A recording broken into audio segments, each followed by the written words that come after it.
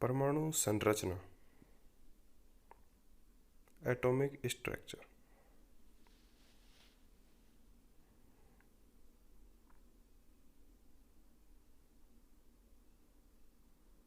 Atomic structure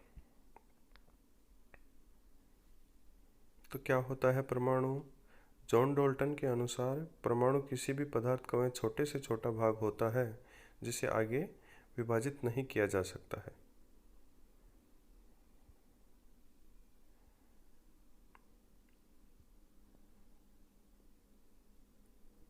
Dalton के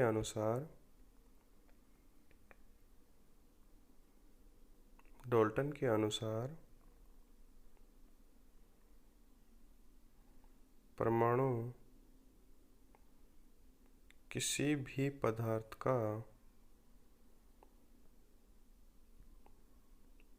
वह छोटे से छोटा भाग होता है जिसे आगे और विभाजित नहीं किया जा सकता है।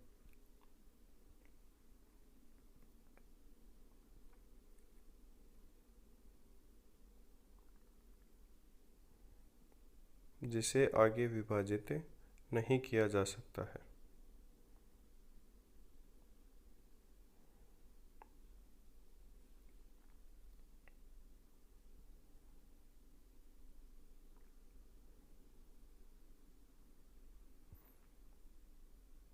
तो एटम क्या हो गया? Smallest particle.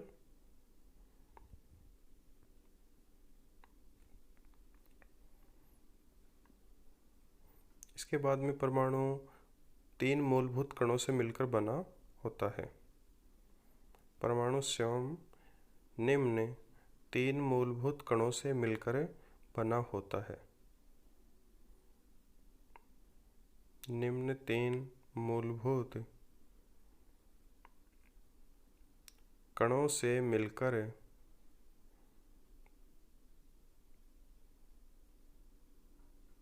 बना होता है। इलेक्ट्रॉन, प्रोटॉन और न्यूट्रॉन।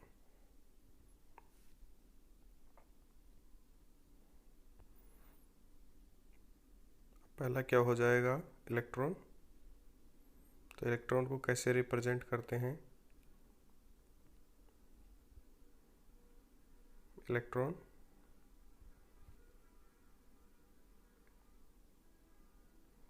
E0 -1।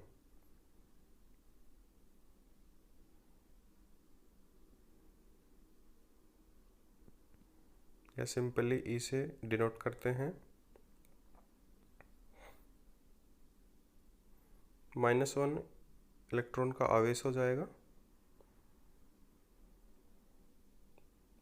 और 0 द्रव्यमान। ये प्रोटॉन के सापेक्ष है।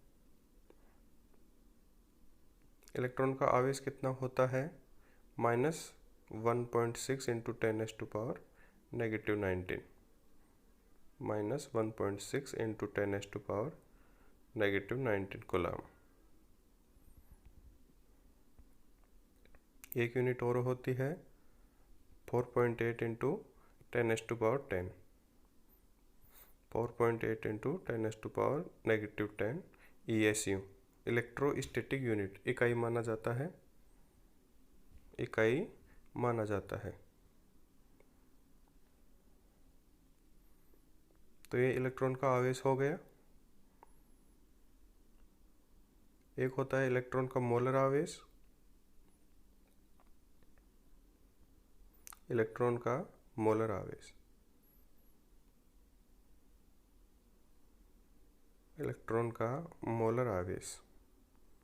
तो इलेक्ट्रॉन का मोलर आवेश कितना हो जाएगा? 1 मोल इलेक्ट्रॉन का आवेश,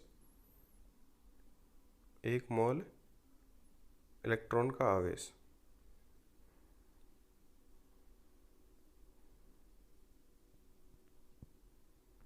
एक मोल में कितना होता है? 6.023 इंटू 10⁻23, जिसे Na से रिप्रेजेंट करते हैं Avogadro number.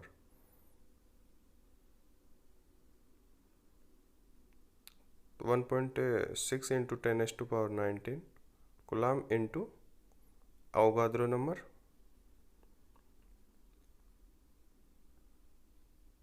Minus 1.6 into 10⁻19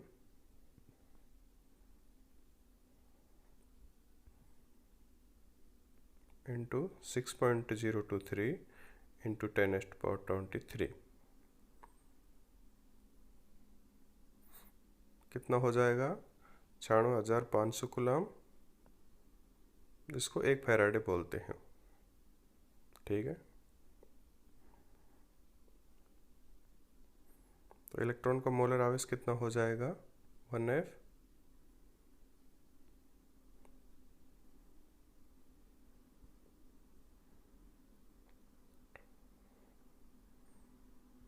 electron का द्रव्यमान, इलेक्ट्रॉन का द्रव्यमान प्रोटॉन के सापेक्ष 0 होता है।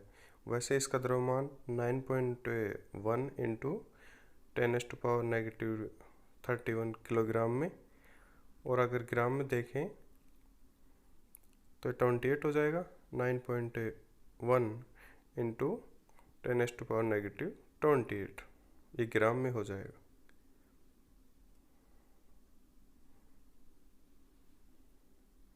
इसके बाद में इलेक्ट्रॉन का मोलर द्रव्यमान,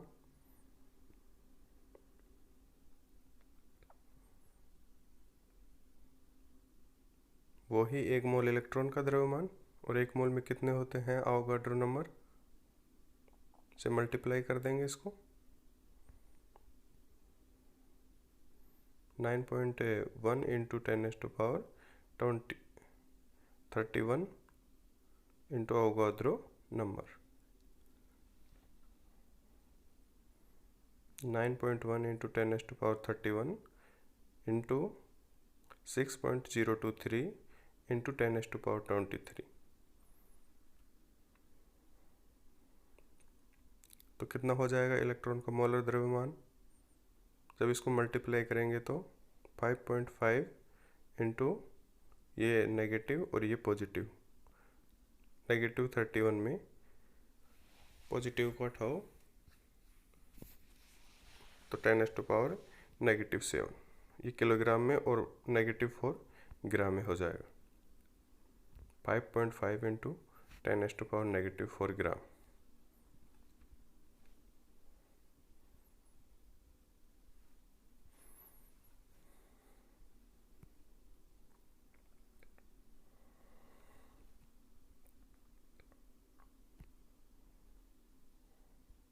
इसके बाद में विशिष्ट आवेश, इलेक्ट्रॉन का विशिष्ट आवेश।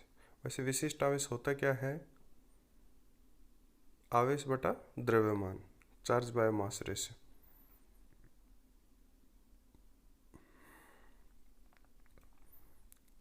चार्ज ऑन मास रेशियो होता है, जिसको Q/m से डिनोट करते हैं,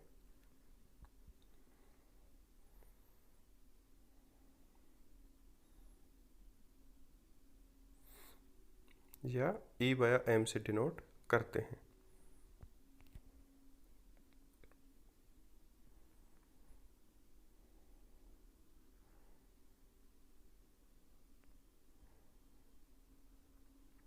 इलेक्ट्रॉन का विशिष्ट आवेश कितना हो जाएगा इस प्रकार? इलेक्ट्रॉन का आवेश बटा इलेक्ट्रॉन का द्रव्यमान, इलेक्ट्रॉन का विशिष्ट आवेश E/m से डिनोट करेंगे। कितना हो जाएगा इलेक्ट्रॉन का विशिष्ट आवेश? तो इलेक्ट्रॉन का आवेश 1.6 इंटू 10⁻⁻19 कूलम अपॉन द्रव्यमान 9.1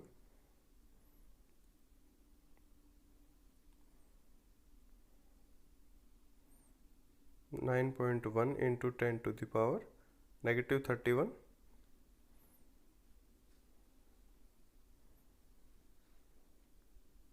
या फिर अपने इसको किस में ले लेंगे? ग्राम में, तो कूलम बाई ग्राम में आ जाएगा रेशियो। 1.76 इंटू 10⁻8, क्योंकि 28 ऊपर चला जाएगा तो पॉजिटिव में हो जाएगा, कूलम्ब या ग्राम में आ जाएगा इलेक्ट्रॉन का विशिष्ट आवेश।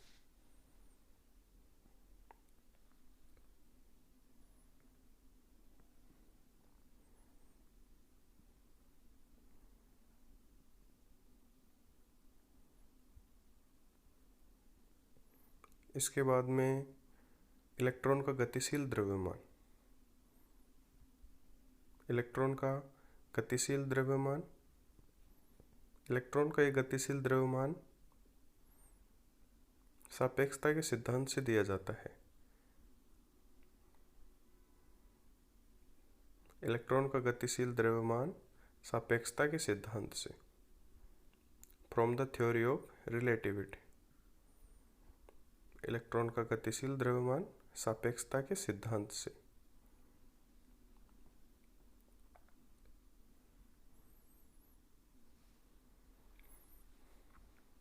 इलेक्ट्रॉन का गतिशील द्रव्यमान सापेक्षता के सिद्धांत से m इज इक्वल टू कितना हो जाएगा, m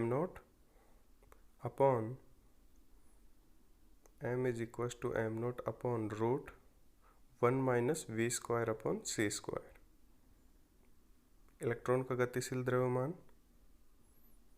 कितना हो जाएगा, m is equal to m not upon root 1 minus v square upon c square. अब यहाँ पे m तो क्या हो गया, कैपिटल M, इलेक्ट्रॉन का गतिशील द्रव्यमान। इलेक्ट्रॉन का गतिशील द्रव्यमान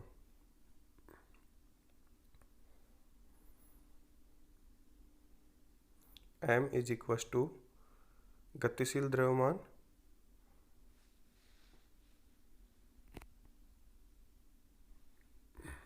m नॉट स्थिर अवस्था में द्रव्यमान,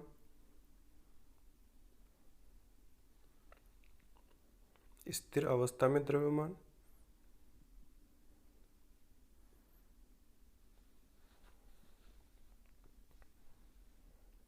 m नॉट स्थिर अवस्था में द्रव्यमान।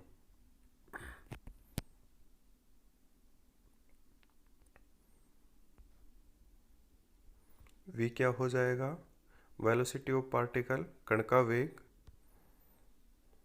और c प्रकाश का वेग।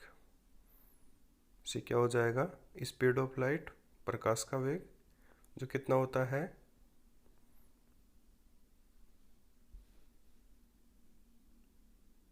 3 इंटू 10⁻10 सेंटीमीटर पर सेकेंड।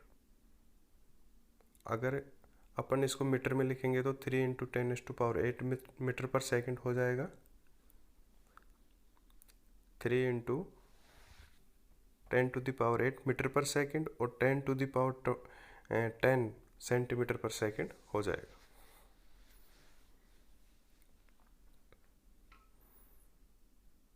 तो ये हो जाएगा इलेक्ट्रॉन का गतिशील द्रव्यमान।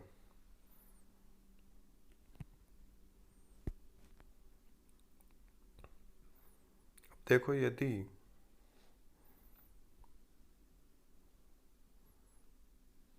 कण का वेग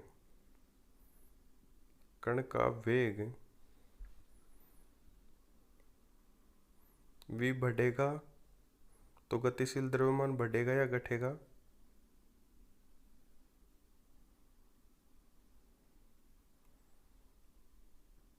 कण का वेग बढ़ेगा तो गतिशील द्रव्यमान भी बढ़ेगा।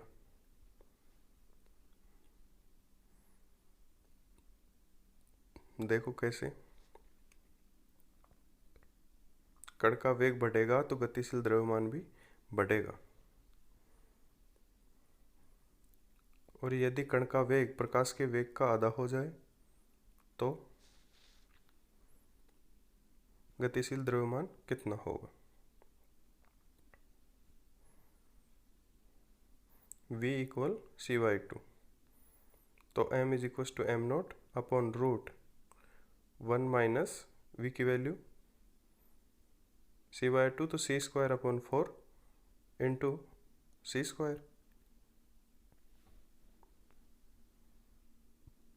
तो c स्क्वायर से c स्क्वायर कट जाएगा,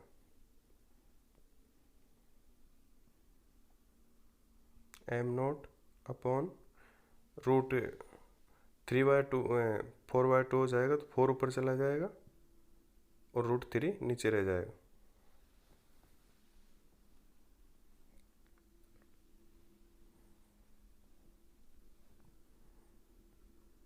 तो 2m0/√3 हो जाएगा।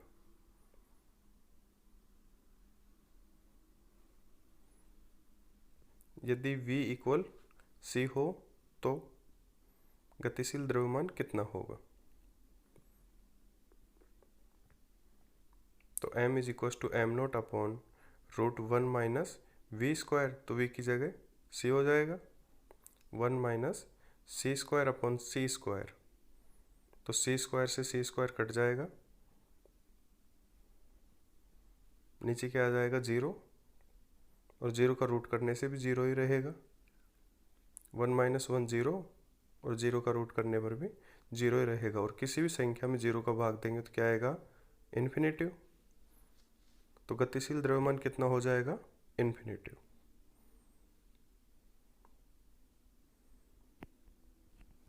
ठीक।